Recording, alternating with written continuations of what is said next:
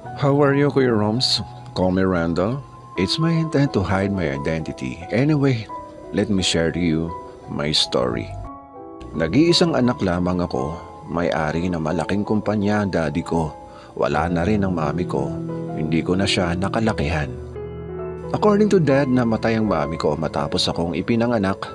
Magmula noon, hindi na nag-asawa pa ang daddy. Siguro kung nagkaka-girlfriend man, kailangan niya siguro bilang lalaki at hindi na niya ipinakikita sa akin. Dito kami nakatira sa isang malaking village. Kahit ganun pa man, pinalaki ako ng maayos ng daddy ko. Disiplinado ako, meron akong tagapag-alaga, si Yaya Melanie. Matagal na sa amin si Yaya. 18 years old pa lang siya, naninilbihan na siya dito sa bahay. Dahil kaming dalawa lang naman ni Daddy, hindi na siya kumuha pa ng kasambahay at Yaya noong ipinanganak ako dahil halos lahat ng trabaho sa bahay si Yaya Mel ang gumagawa. Tinutumbasan naman ito ni Daddy ng tamang sahod. Minsan higit pa, kaya hindi na rin umalis si Yaya sa amin. Hindi na rin siya nakapag-asawa pa. Parang ina ko na rin si Yaya Mel, sa kanya ko rin natutunan ng maraming mga magagandang asal. Nasa grade school ako noon nang makiusap si Yaya Mel sa daddy ko na may pamangkin daw siyang babae na titira sa bahay. Maayos na nakiusap si Yaya kay daddy. Kawawa daw kasi ang pamangkin niya dahil nawalan ito ng magulang na manala sa malakas na bagyo sa probinsya nila. Siya lamang ang natira sa kanyang pamilya. Wala naman silang ibang kamag-anak na maaasahan kundi siya lang. Ayon pa kay Yaya, okay lang naman daw kung hindi papayag si Daddy. Maghahanap na lamang daw siya ng mauupahang bahay. Yun nga lang, mag-uuwian siya. Dahil hindi naman iba ang turing namin kay Yaya Mel, pamilya na ang tingin namin sa kanya. Mahirap na rin kasi makahanap ng ibang tapat na kagaya niya. Kaagad naman pumayag si Daddy na dito na patuloyin ang pamangkin niya. At nangako pa siya na pag-aaralin niya ito. Napaiyak naman sa tuwa si Yaya Mel nang marinig ang desisyon ni Daddy. Sobrang saya niya. Kaagad na lumuwas si Yaya Mel patungo ng kanilang probinsya sa Samar para sunduin ang pamangkin niya. After 1 week, nakabalik na siya sa amin kasama ang pamangkin niya.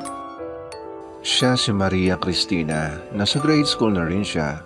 Medyo mahiyain pa siya.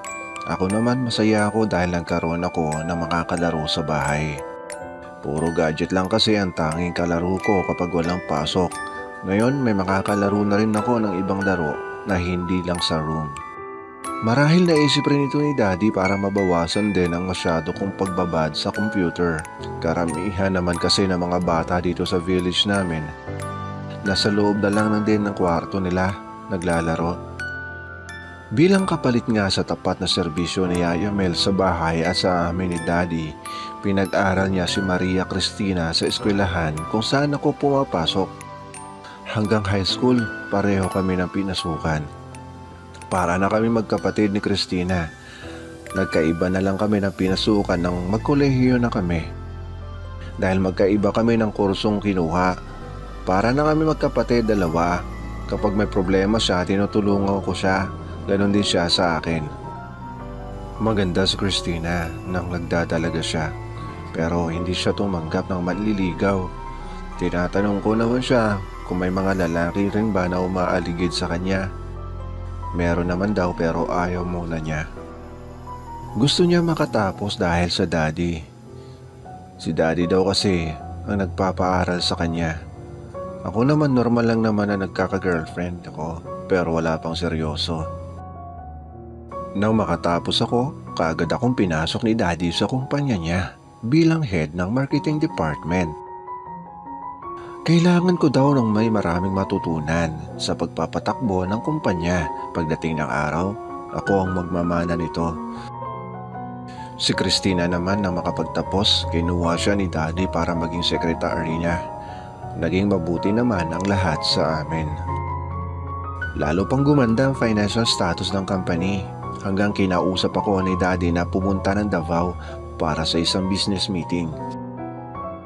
Ayon pa kay Daddy, ngayon daw niya susubukan ang galing ko. kapag na-close ko ang deal sa isang malaking businessman doon. Sabi pa niya, isama ko daw si Christina bilang secretary. Pumunta ako ng Davao kasama siya. Naging matagumpay ang meeting ko at na-close ko ang deal. Masayang masaya ko at si Christina. After ng meeting, nag-celebrate kaming dalawa. Naparami ako ng inom ng alak. Mabuti na lang at hindi ako pinabayaan ni Christina. Sobrang kalasingan ko, hinatid niya ako sa hotel kung saan kami nakatuloy. Pero ewan ko ba, noong gabing yun, nag-iba ang tingin ko sa kanya. Napagkamalan ko siyang girlfriend ko. Dahil siguro sa tama ng alak sa akin, nahalikan ko siya. At dahil nakainom na rin siya, hindi niya ako pinigilan. May ginawa kaming dalawa. Kinabukasan pagkagising ko, nagulat ako dahil katabi ko si Christina. Kaagad ko na itinanong kung anong nangyari dahil hindi ko na matandaan at masakit pa ang ulo ko. Sabi niya na parami daw ako ng alak at hindi ko na raw kayang bumalik sa hotel. Kung kaya tinulungan niya ako at dahil nakainom na rin daw siya, kaya dito na natulog. Mabuti na lang daw at mayroong boy na tumulong na buhatin ako. Kaagad ko rin siyang tinanong kung may nangyari ba sa amin. Sagot niya, wala daw. Nakahinga ako ng maluwag. Mabuti na lang at walang nangyari sa amin. Kinabukasan nakabalik naman kami ng maayos sa Manila. Hanggang isang pangyayari ang nagpabago ng lahat. Galing si Daddy noon sa Cebu, may pinuntahan siyang business meeting. Nang pauwi na sila, na aksidente ang sinakyan niyang pribadong eroplano. Bumagsak ito at sumabog. Kaagad ang binawian ng buhay si Daddy. At ang mga kasama niya sa eroplano, kabilang ang piloto. Halos gumuho ang mundo ko, Kuya Rom, sa nangyari. Hindi ko matanggap na iniwan ako ng daddy ko. Halos hindi ko na gusto magtrabaho. Pero dahil ako ang nagmana ng lahat, pati ang kumpanya ni Daddy, napilitan akong bumalik sa trabaho. Pero dahil na rin sa kagagawan ko, napabayaan ko na ito at nalugi at nagsara. Binenta ko na lamang ang kumpanya pati ang mga assets para mabayaran ko ang mga utang. Bagsak ako, lugmok at halos hindi ko na kayang ituloy ang buhay ko, Kuya Roms. Madalas akong lasing, nagiinom ng alak. Hanggang isang araw sakay ako ng kotse ko, mabilis ang takbo sa highway. Galing ako sa isang kaibigan sa Quezon Province. Dahil nakainom ako at lasing, hindi ko napansin ang isang malaking truck na nakasalubong ko sa kurbadang daan. Sumalpok ang sinasakyan kong kotse at hindi ko na alam ang mga sumunod na pangyayari. Nagising ako na nasa ospital na. Nagising na lang ako, nakatabi si Christina. Ayon sa kanya, 2 linggo na akong tulog at nasa state ng coma. Grabe ang pinsalang natamo ko sa aksidente. Muntik na akong maputulan ng binti at naoperahan ang ulo ko. Nailigtas din ako ng mga doktor. Gusto ko lang sumuko sa buhay. Hindi ko maiakbang ang aking mga paa. Hindi ako makalakad. Pero si Christina, sobra siyang nag-alala sa akin. Umiiyak siya, natakot siya nang makita ang kalagayan ko.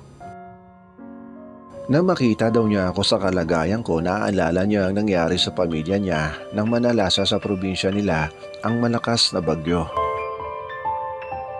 Nakita niya kung paano nilamon at tinangay ng tubig ang 4 niyang kapatid, ang nanay at ang tatay niya. Mabuti na lamang daw at hindi siya natangay dahil nasa mataas na siya at mahigpit ang pagkakakapit niya sa puno. Nakaligtas nga siya pero gabi-gabi siyang binabalikan ng bangungot ng trahedyang dumaan sa buhay niya. Pero pinili niyang lumaban dahil sa kagustuhan ng ama niya na mailigtas sila. Pero siya lamang ang natira. Kung tutuusin, wala nang dahilan para ituloy ang buhay niya. Pero dahil sa tita Mel niya na tumulong sa kanya, kaya nagpatuloy siya. Wala daw dahilan para sumuko ako. Mas marami pa na kararanas ng masigit pang mabigat na pagsubok sa buhay. Natauhan ako kay Christina.